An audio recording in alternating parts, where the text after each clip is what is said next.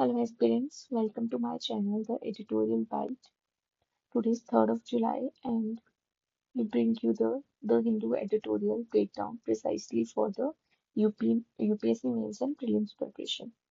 तो इस वीडियो में हम एनालाइज करेंगे कि कैसे एक एडिटोरियल जो कि द हिंदू के न्यूज़पेपर में रेगुलरली 4-5 एडिटोरियल आते हैं एक्सेप्ट संडे, तो हम उसको कैसे यूज कर सकते हैं अपनी आंसर राइटिंग में, अपने एसेस में, किस तरह कौन सा। फर्स्ट तो हम यही देखेंगे कि उसका यूज कैसे होगा आंसर राइटिंग में, एंड देन कि वो किस पेपर के लिए रेलिवेंट है। GS1 के लिए है, 2 के लिए है, तो आप उसको अलग अलग जॉट डाउन कर सकते हो, पॉइंट्स को अलग अलग पोर्शन बन सेपरेट कॉपीज बना के या अपने डिफरेंट नोट्स बना सकते हो, जैसे हेल्थ के रिलेटेड अलग से, science, tech, history, geography, politics, ऐसे अलग अलग कर सकते हो आप। So our first topic is, and आज तो मैं एक ही कर रही हूँ, तो मेरा पहला टॉपिक है the what is palliative care, जो आज न्यूज़पेपर में आया था कि integrating compassion prioritising palliative care, ये इसका एडिटोरियल का पॉइंट था। तो अगर आप न्यूज़पेपर में देखोगे तो न्यूज़पेपर में ये एडिटोरियल दिया हुआ है, integrating compassion and prioritising palliative care. तो इसमें हमें जानना है कि पैलेटिव केयर होती क्या है। तो WHO ने डेफिनेशन दे रखी है पैलेटिव केयर की।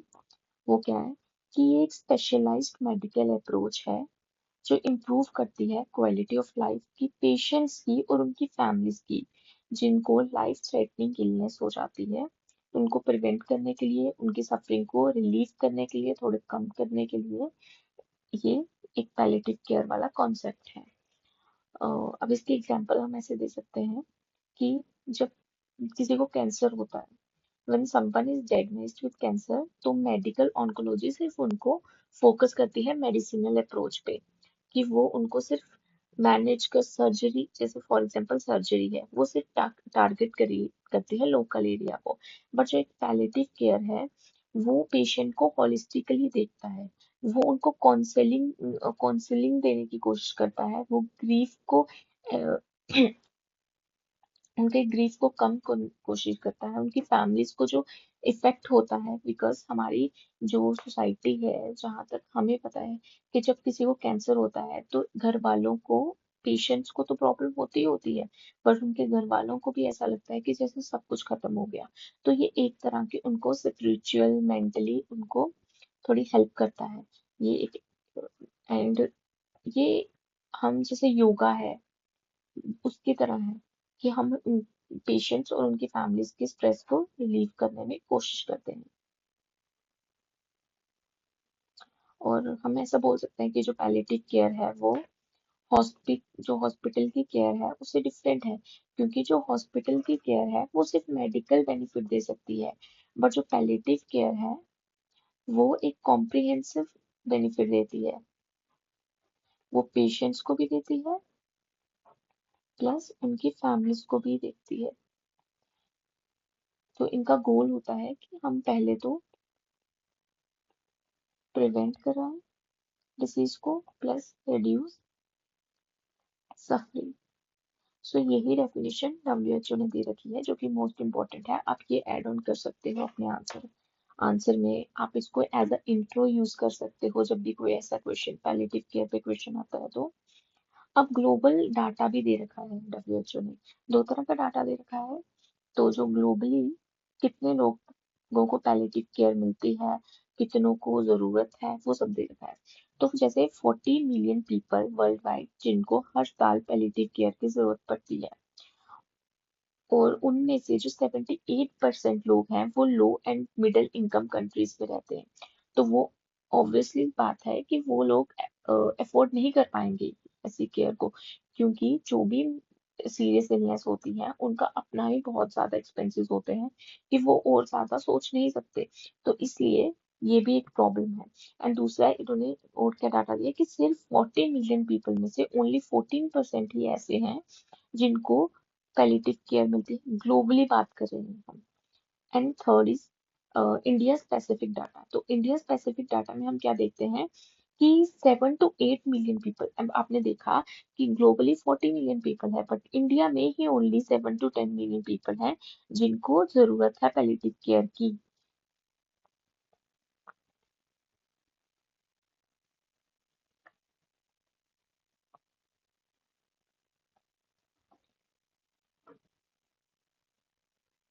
नाउ वी विल सी कि इंडिया में जो इतने लोग हैं उनमें से सिर्फ 1.9 to 2% है जिनको एक्सेसिबल है ये चीज। पैलिएटिव केयर सिर्फ कितने लोगों को एक्सेसिबल है?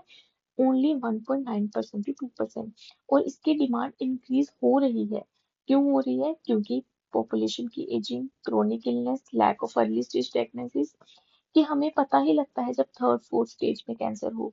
जब हम एक थ्रेशोल्ड पॉइंट क्रॉस कर देते हैं उसके बाद हमें पता चलता है कि अच्छा ये illness है, तब हम डायग्नोसिस होती है हमारे। तो इसलिए ये चीजों की पैलिएटिव केयर की जो नीड है वो हमारे देश में ग्लोबली बढ़ रही है।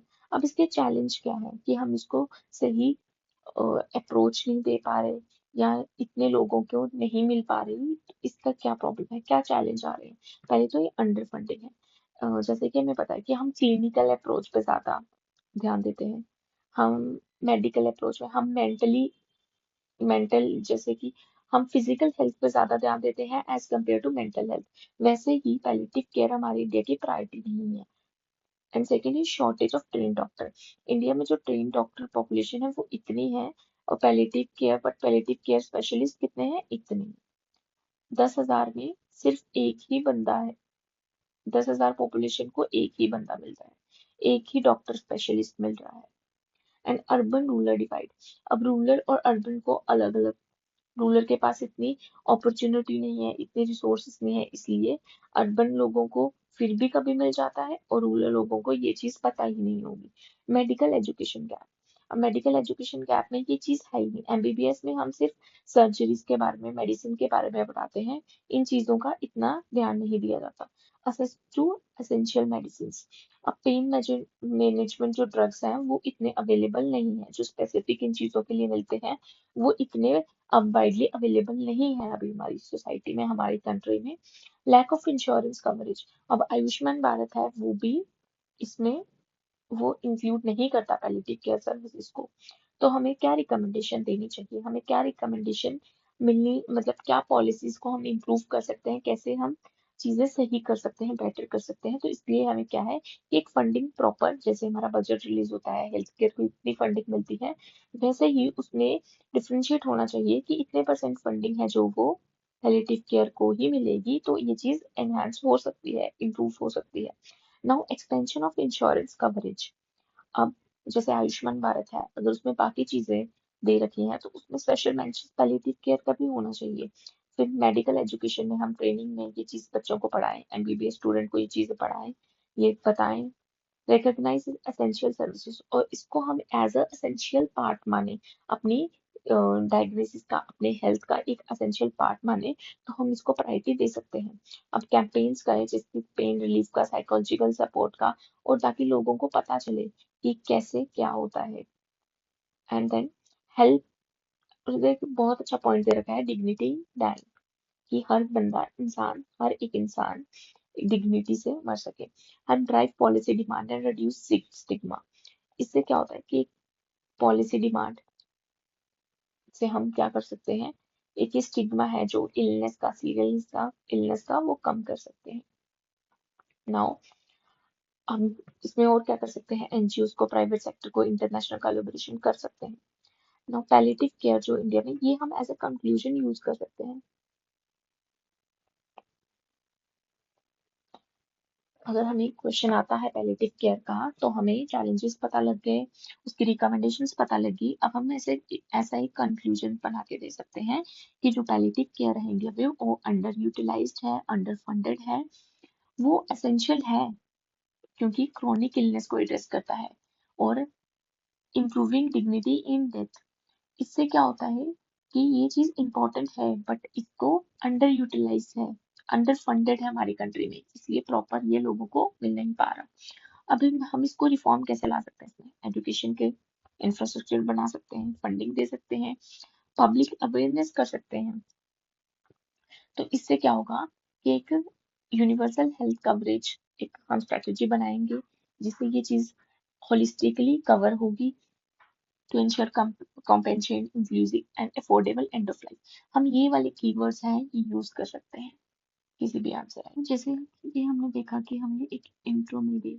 आंसर राइटिंग में क्या क्या चाहिए होता है, कंटेंट ही चाहिए ना।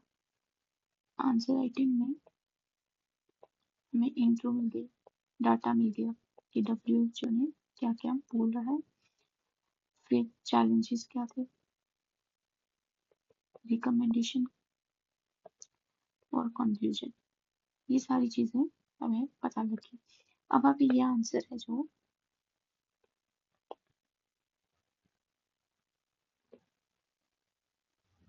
अब ये एक PYQ है 2018 का। अब ये देख सकते हो कि ये कैसे डायरेक्टली पूछा गया है। How far do you agree that the health care system in India needs more emphasis on preventive and palliative care. आप ये क्वेश्चन ट्राई करके देख सकते हो कि आपका क्वेश्चन आंसर कैसे बनता है।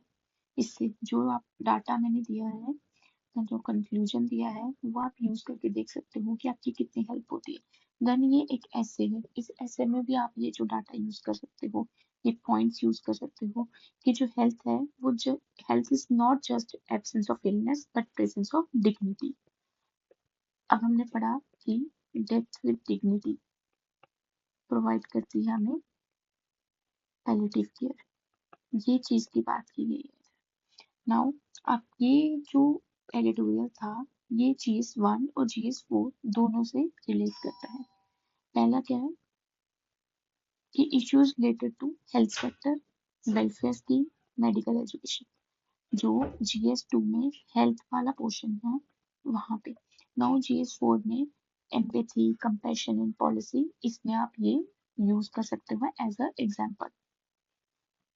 सो गाइस, ये मेरी फर्स्ट वीडियो थी। अगर आपको ये अच्छी लगे तो do like, share and subscribe. Thank you so much.